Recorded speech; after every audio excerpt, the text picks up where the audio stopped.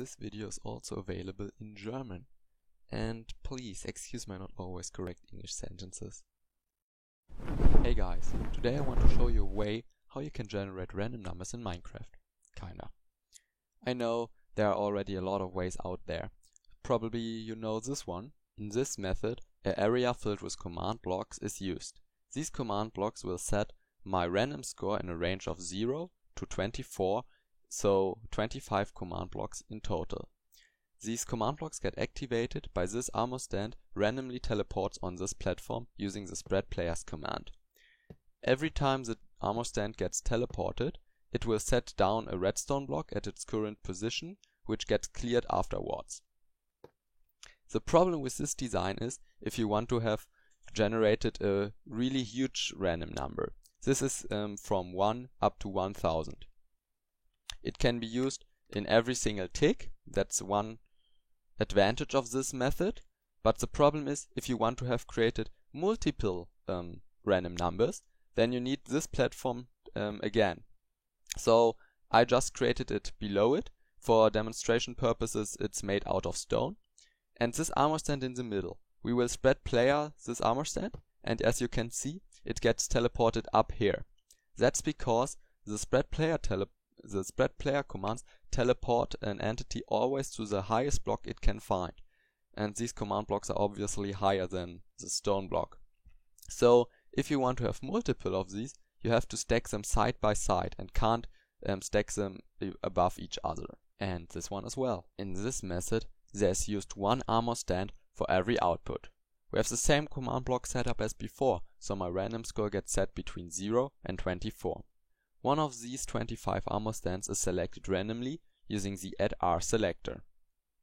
The selected armor stand will place a redstone block down, which triggers the command which sets my score. But again, we have the same problem as before when generating a large number. It works perfectly even if you use it every single tick, but it really lags the game. If we take a look in the F3 screen, you can see that we have so many entities that the game is really laggy. But today I want to show you something I came up with a while ago, which just uses these 5 command blocks and one entity for each number. So let's activate it. As we can see, nothing happens. That's because we should turn on a scoreboard. So we have two entities here, entity 1 and entity 2. Entity 1 got a random input score of 11 and entity 2 of 101. That means that entity 1 can generate a random number between 0 and 10, and entity 2 can generate a number between 0 and 100. That's because the random input score is always 1 greater than the maximum number. But what do the actual random numbers look like? So for entity 1, it's 1 currently, and for entity 2, it's 51. But let's generate another one. 10 and 4, 65 and 1, 12 and 4. And in the beginning I said that these numbers are kinda random, because I can tell you that the next two are going to be 62 and 5. So now you're wondering how I know. I will explain you later, but first let me show you this. So the machine works every single tick, so you can generate for all entities a random number in every single tick. But let's stop it, and we got the random numbers 45 and 9. But now let's add another entity. This we will call entity 3, and we give it a random input score of 1001.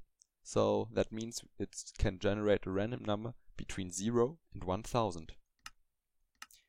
And now there's a part where the magic happens. All these entities must need a random score. This is a random value, really high or really small in this example here.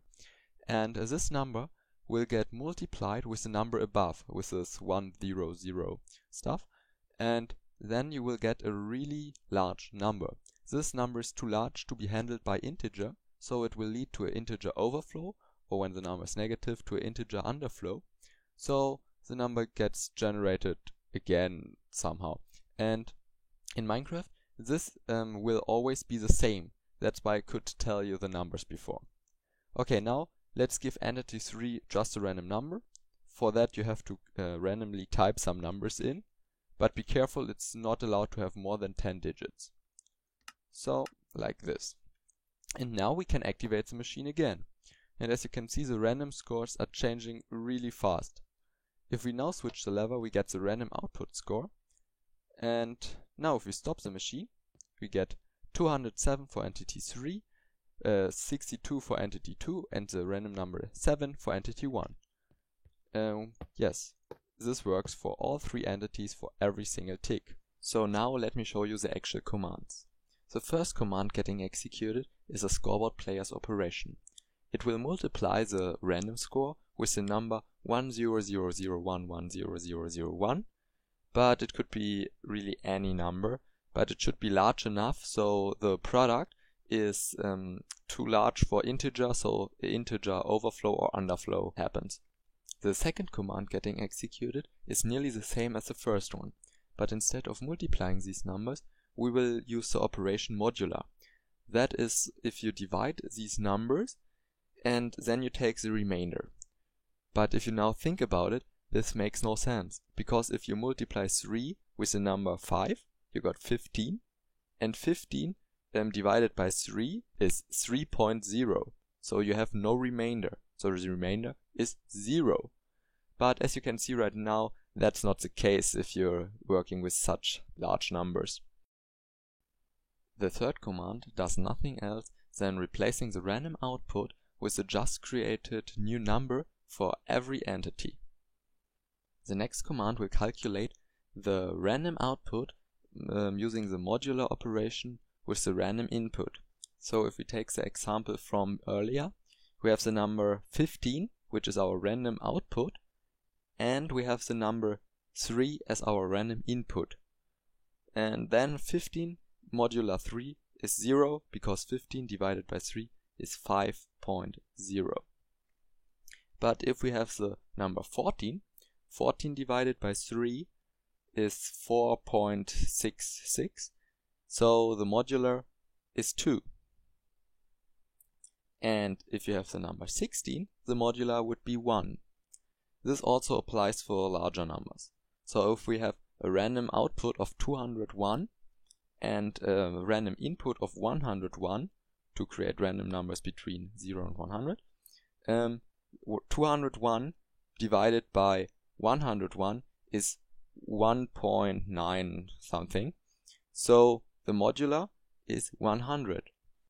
The last command is an optional command because it only multiplies the number by -1 if the number is already negative, so the numbers are always positive. If we don't use this command, the numbers could be between 0 and the maximum, but also the same in negative. That means if you want negative numbers, then just don't use this command and you will be fine. In the description below you can find a one-click install to install these 5 command blocks to your world with all the objectives and the fake players. The link below will bring you to a paste bin page where you can find all these commands to copy and modify yourself.